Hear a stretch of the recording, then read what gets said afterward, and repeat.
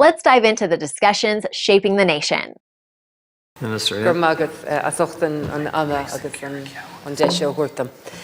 Today, Cara Darmody, a 14-year-old child, is outside Leinster House for 50 hours, highlighting the deficiencies in the assessment of needs system and the impact it has on families. I have met with and engaged with Cara and her father, Mark, on 3 occasions, including last week, and I have been impressed by her intelligence, her passion and indeed her enormous commitment. She is a strong and vocal advocate for her own family and other families across the state who are impacted or affected by assessment of need delays. Cara is highlighting the impact that delays in access to an assessment of need can have on children who need them and indeed the impact on their families.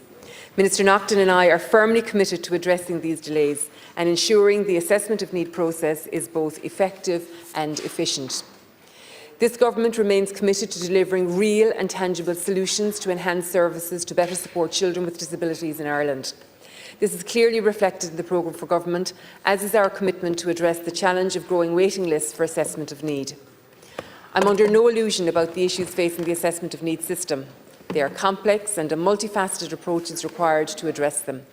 These issues are not just a priority for my own department, but require a cross-governmental and cross-departmental response.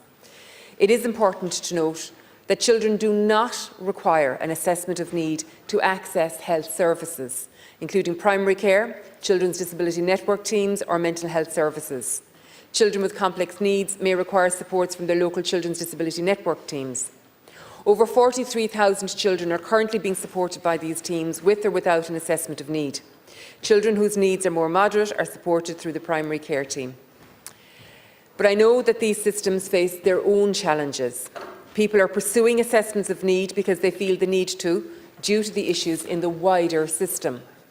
I know from speaking to parents that this system is not working as it should for their children, many of whom are on long waiting lists for those services.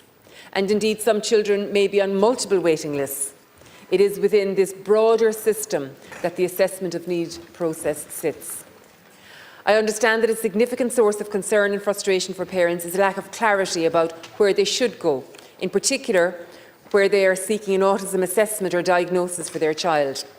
Data on the disability category identified in completed assessment of need reports shows that the autism spectrum disorder category increased from 18% of all completed assessment reports in 2013 to 36% of all completed assessment reports in 2023. The HSE has been developing an autism assessment and intervention protocol, and I look forward as a priority to its introduction and its incorporation into the existing health and education systems. Once in place, I feel this will help to alleviate the confusion and stress experienced by a lot of children and their parents. More generally, I believe that parents would like more clarity about the path to take within the healthcare system when they feel their child may have a disability or additional needs. The HSE is working on a single point of access to disability services to ensure that children are directed to the correct service provider and receive the necessary services as soon as possible. It is an area where we need to see more progress in the coming months.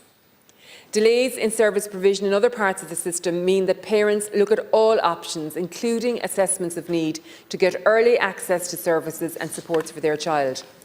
However, parents find that having waited to get the assessment, they may then face another long wait across the services their child needs. This understandably causes frustration and stress for families, and it is absolutely not acceptable. We need to not only look at the assessment of need process, but also the wider system to identify the barriers and delays and remove them. What I would like to see is a process that ensures a child receives an assessment that is appropriate to their needs, because every child is different with their own unique abilities and needs. HSE data shows that there has been a significant growth in the number of applications for assessment of need in recent years. Applications increased from 8,400 in 2023 to over 10,600 in 2024, a 26% increase. HSE figures for the first quarter of this year indicate that there has been a 20% increase in the number of applications compared to the same period last year. At the end of March, there were almost 15,300 assessment of need applications overdue for completion nationwide, an 8% increase on the number overdue at the end of December 24. These figures are worrying and demonstrate the nature and extent of the challenge we face. Behind these numbers are children and families facing their own challenges every day and relying on the state to help and to support them. Although these numbers are growing, initiatives are already underway to address the increasing volumes. In 2024, over 4,100 assessments were completed, an increase of 30% over the previous year. Recent HSE data shows that this upward trend is continuing, with over 1,400 assessments completed in the first 3 months of this year, a 65% increase compared to this time last year. But while this is a welcome progress, it is absolutely clear that much more needs to be done. It is essential that we maintain this momentum and indeed that we accelerate it even further. The fact that demand continues to outpace the capacity of the system to meet it was recognised in May of last year when the Government introduced a targeted waiting list initiative. This provides funding for the procurement of assessments from approved private providers for those families who have been waiting the longest. Between June and December last year, this resulted in over 2,470 assessments commissioned from private providers at a cost of €8.23 million. The Government has allocated €10 million in funding this year to deliver approximately 2,850 assessment of needs, as well as to provide for additional capacity within the public system. I'm confident this initiative will continue to support and deliver for those children and families who have been waiting longest for assessments. I'm also determined, however, that funding will not stand in the way of doing what is necessary and effective to respond to these challenges. Although there is a limit to the capacity of the system to provide private assessment, if there is capacity to do more, Government is giving the commitment that we will not let financial resources be a barrier. However, I am acutely aware that this measure in isolation is not sufficient to support the capacity of the healthcare system to deliver assessment of need. We cannot rely on the private sector indefinitely. We must ensure that the public system can meet the clearly growing demand. As part of the efforts to support the efficient delivery of assessments of need within the public system, regional assessment hubs are being rolled out by the HSE, aligned with the 6 new HSE health regions. This will help in some way to streamline the assessment of need process while preserving the time of clinical staff to provide therapy interventions for children and their families. Another more significant factor is addressing workforce issues. I'm conscious of the challenges and strains facing the health and social care sector when it comes to the recruitment and retention of staff, not to mention the impact that this has on the delivery of therapeutic services to children with disabilities and on the delivery of AONs. It is a key focus for the Department to fill vacancies within the 93 Children's Development Network teams. Clear progress has been made in this regard in recent times, with the workforce increasing by 17% from 2023 to 24. This represents a significant growth of an additional 272 whole-time equivalent staff working across Children's Disability Network teams. We will build on this progress with funding of €2.84 million provided by the Department this year for 75 additional posts. The Department and the HSE are also looking at staffing levels for the assessment of needs process. This requires both assessment officers who are responsible for the production of assessment reports and liaison officers who produce service statements on foot of the assessment reports. We must ensure that the AON system is adequately staffed to meet demand, with the necessary administrative supports in place to ensure that the assessment and liaison officers can focus on the core aspects of their roles, that is, the production of assessment reports and service statements for children. We also need to look at the bigger picture of how disability services are staffed. In this regard, a dedicated disability workforce strategy is being developed in 2025 to meet growing service demands and address recruitment and retention challenges across specialist disability services. This will include identification of barriers to increasing the disability workforce, both within the HSE and funded agencies, as well as factors that influence staff to remain in practice in disabilities. The HSE continues to drive intensive domestic and international recruitment efforts and to take a portfolio of workforce initiatives to support sustained growth of Children's Disability Network teams and the wider disability service. I'm not naive about the scale of the challenge or of the impact on children and parents should we fail to meet the challenge. I also know there is so much more to be done, and I have tasked officials within the Department to delve deeper in identifying issues within the assessment of needs system that are causing delays, and also those larger system-wide factors where parents feel their only option is to seek an assessment of need for their child. Intensive analysis is underway at present by officials in the Department working with the HSE senior management and experienced clinicians, with the intention of bringing forward such changes as might be required as quickly as possible.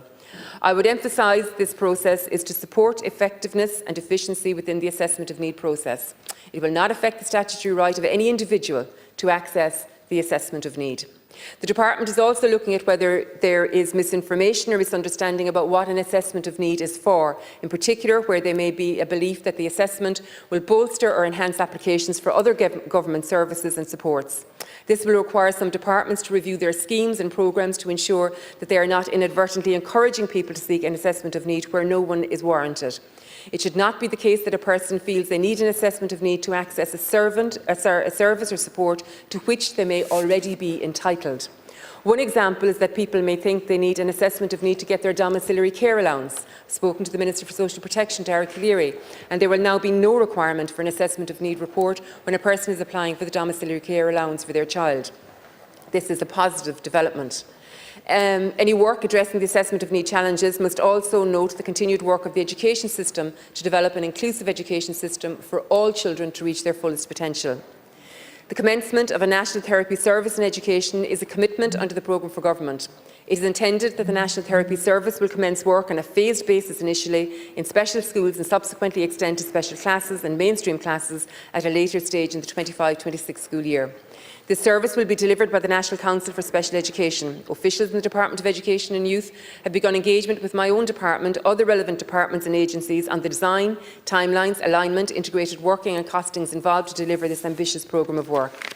The National Therapy Service will provide occupational therapy and speech and language therapy supports directly to children in schools. This will be in addition to aligned with existing services. While the National Therapy Service will not have a direct role in the assessment of need process, it is expected that a more effective and direct system of therapeutic support delivery can only help alleviate the pressures felt in the assessment of needs system. A coordinated approach is required to deliver this range of activities with ministers and their departments working closely and collaboratively to deliver the results that children and their families need. I can assure you that this issue has the highest priority for the Taoiseach, the Tánaiste and the other members of the Cabinet Committee on Disability who are closely following all activity in this area. At departmental level, a cross-departmental steering group has been established, and I expect this group to identify and address any blockages or barriers across the system that may be affecting the delivery of assessment of need. The department is working closely with HSE colleagues and clinicians to ensure that any changes introduced will have a positive and noticeable impact for children and families who are applying for an assessment of need. Ensuring that necessary changes are introduced and implemented correctly and promptly requires delivery of a range of actions. The Department will manage this process, monitoring delivery and reporting on progress on a regular basis to me, to Minister of State Naughton and to the Cabinet Committee on Disability.